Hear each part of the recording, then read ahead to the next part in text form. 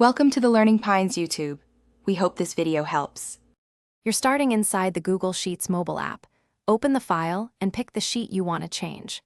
Once you've selected the sheet, tap the three-dot menu in the top right corner to expose view settings.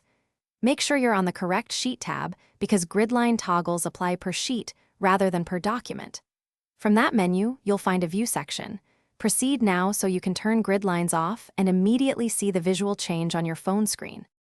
Once in View or Display settings, locate the Grid Lines option and flip the switch off. That removes the faint background lines across the whole sheet. You'll notice grid lines disappear instantly, but keep in mind this does not remove explicit cell borders you manually applied. Those stay visible. If some lines remain, zoom in and pan to confirm whether they're borders or residual rendering. Make sure to check other sheets and repeat if you want a consistent look across the workbook. Finish by closing the menu and viewing the sheet. The grid line setting should persist.